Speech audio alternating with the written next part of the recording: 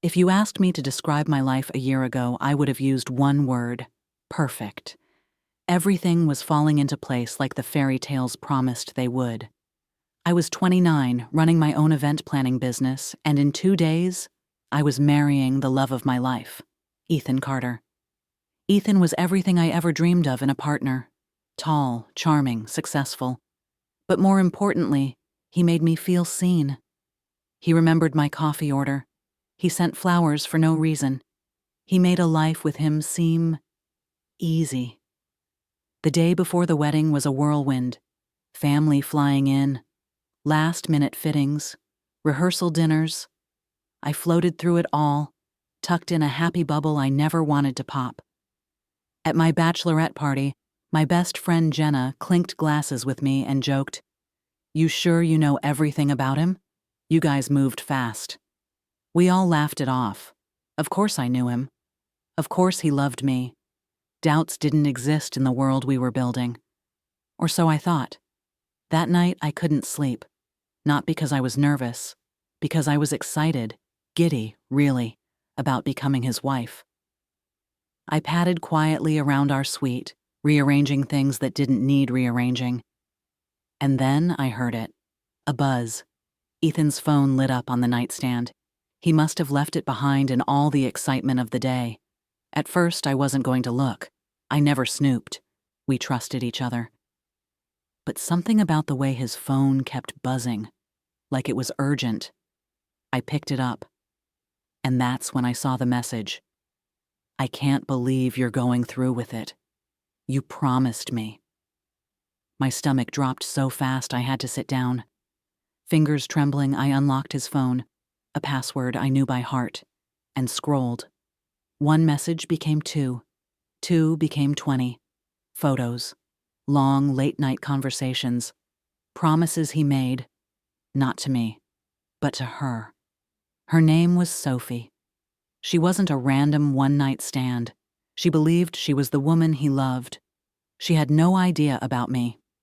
And as if that wasn't enough, I found receipts, apartment rental agreements, gifts. He was living a double life. At first, I thought I was hallucinating. Maybe it was a cruel prank.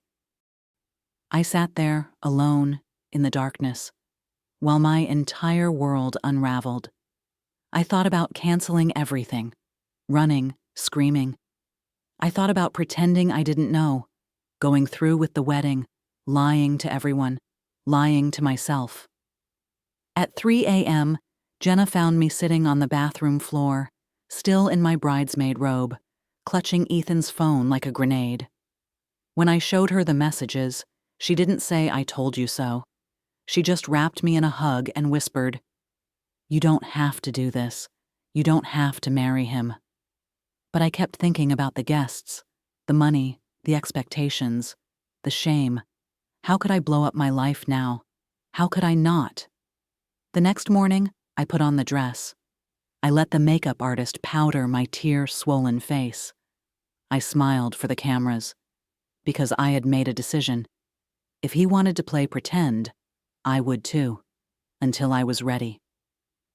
I walked down the aisle, my father proudly at my side. I looked Ethan in the eyes, and for the first time I saw through him. When the officiant asked if anyone had any reason why we shouldn't be married, I stepped forward. "I do," I said. A gasp rippled through the crowd. I turned to face everyone. My hands didn't shake. My voice didn't crack. I pulled out Ethan's phone. I read the messages, out loud. Every sickening promise he made to Sophie. Every lie he spun for me. Photos flashed on the projector screen behind us, the one meant for our wedding slideshow. Ethan tried to grab the phone. He sputtered, trying to explain, trying to spin it. But then, from the crowd, a man stood up. "I'm Sophie's brother," he said, "and everything she said is true." Silence, judgment, humiliation. And then I walked away, in my wedding dress, alone, but freer than I'd ever been. 6 months later, I wasn't just surviving. I was thriving. I expanded my business, specializing in luxury weddings. I traveled. I healed.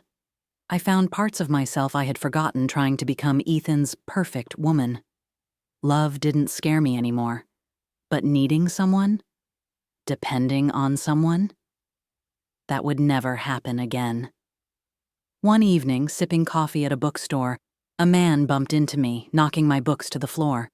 He apologized, flashing a crooked smile that reminded me love could be simple, not suffocating. Maybe it was the beginning of something, maybe not.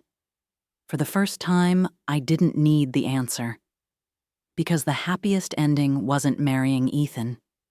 It was choosing myself. It took losing him to find myself, and I've never been happier. Have you ever had your heart broken by someone you trusted completely? Share your story below. And if you want more real-life stories of strength, healing, and starting over, make sure you subscribe and hit the bell.